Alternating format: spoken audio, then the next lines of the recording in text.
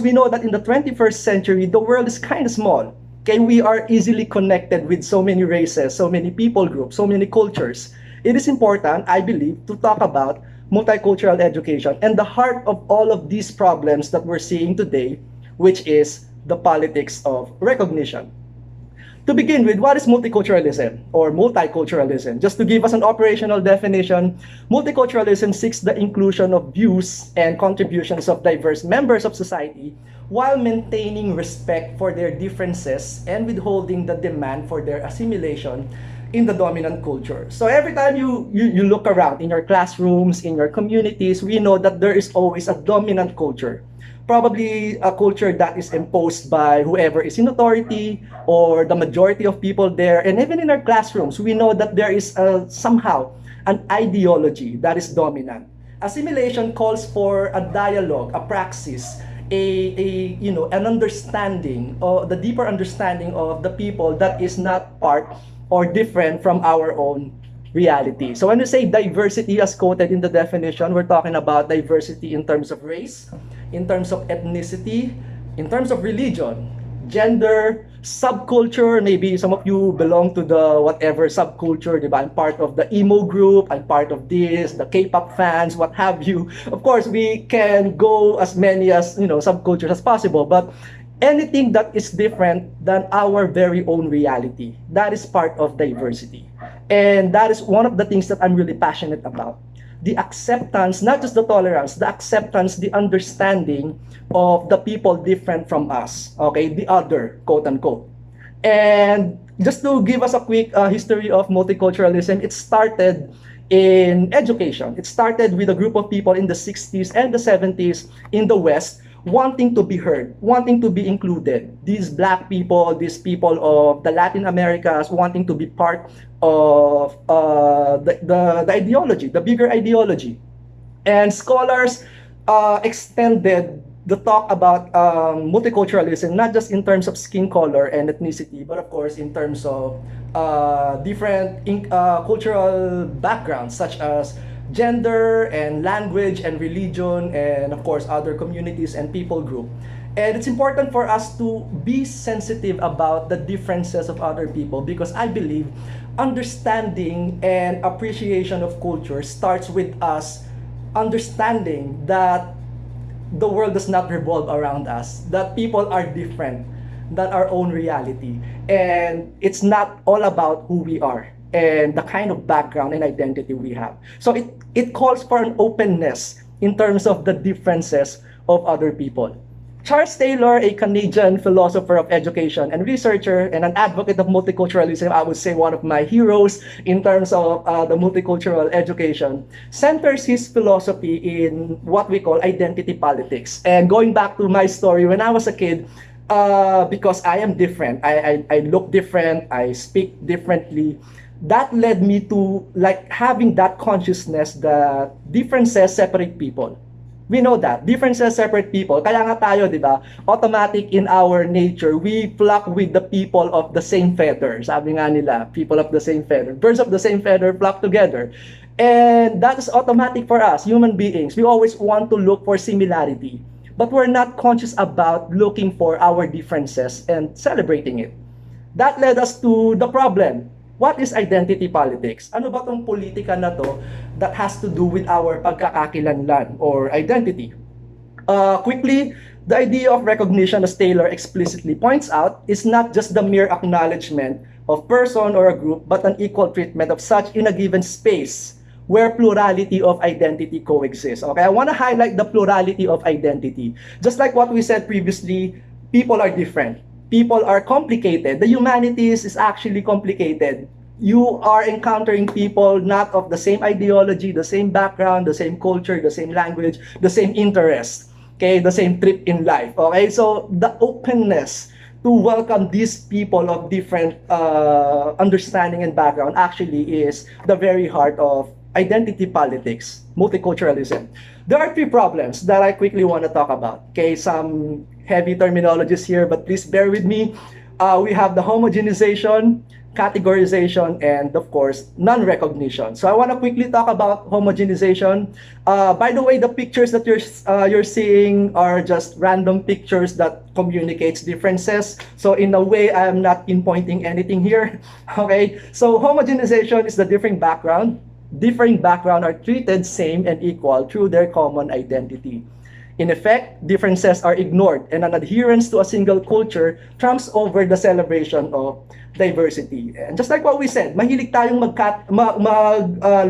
ng similarity ng mga tao. Think about this.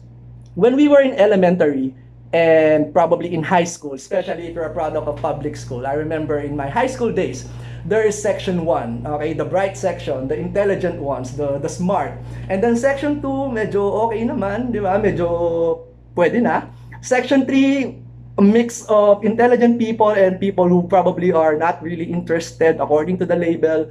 Section 4, 5, and so on. So kung may section 9, probably you would know that these are the different ones, quote unquote.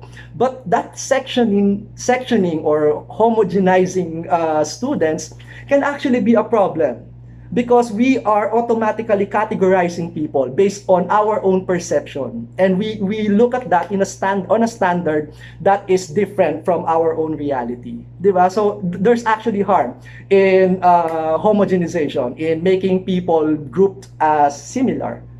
And that leads us to the second problem: categorization.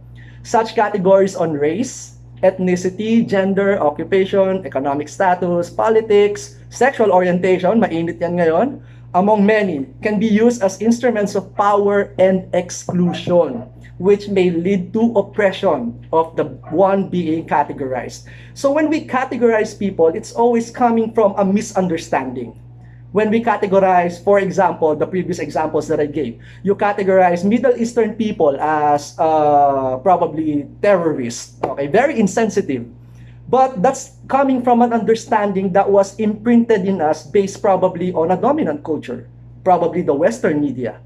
My mom is Middle Eastern, so I understand what I've been through, what we're talking about, okay, because we're different. And I remember going to places where predominantly white people are there, diba? They would always look at us and think, baka terorista tong batang to, baka ganito, baka ganyan, diba? Those problems growing up actually led me to this advocacy. Okay, so there's always the exclusion. We want categorization, and that's bad. Okay, that's harmful. Last one is non-recognition. It shows not just a lack of due respect. It can inflict a grievous wounds, saddling its victims with a crippling self-hatred. Due recognition is not just a courtesy we owe people. It is a vital human need. It's a human need.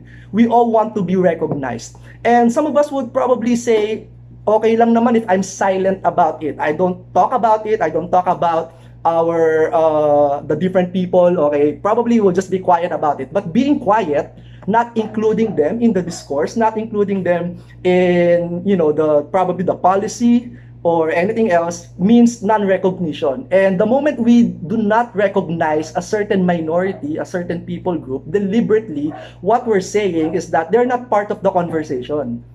Kaya madaming misconception, kaya maraming stereotypes, because we are not talking about it. Because we are not including them, thinking na the more I go again, the more I detach myself from being associated and talking about them, the more I'm safe. But actually, it produces more harm than good. That's non-recognition. These things are the problem attached to the idea of identity politics. Okay, so the thesis is that our identity is partly shaped by recognition or its absence, often by the misrecognition of others. And so a person or group of people can suffer real damage, real distortion, if the people or society around them mirror back to them a confining or demeaning or contemptible picture of themselves.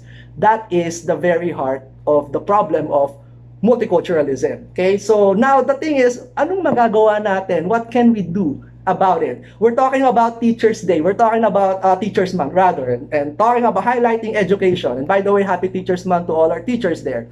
So what can we do about it? My suggestions are actually all rooted or centered on education. Number one is student-centered learning. I keep on emphasizing this in all my classes. Make students co-constructor of the learning process. Curriculum and instruction must not be dominated by a single person's identity. It's not always the teacher who's dominant about what he or she wants to happen in the classroom.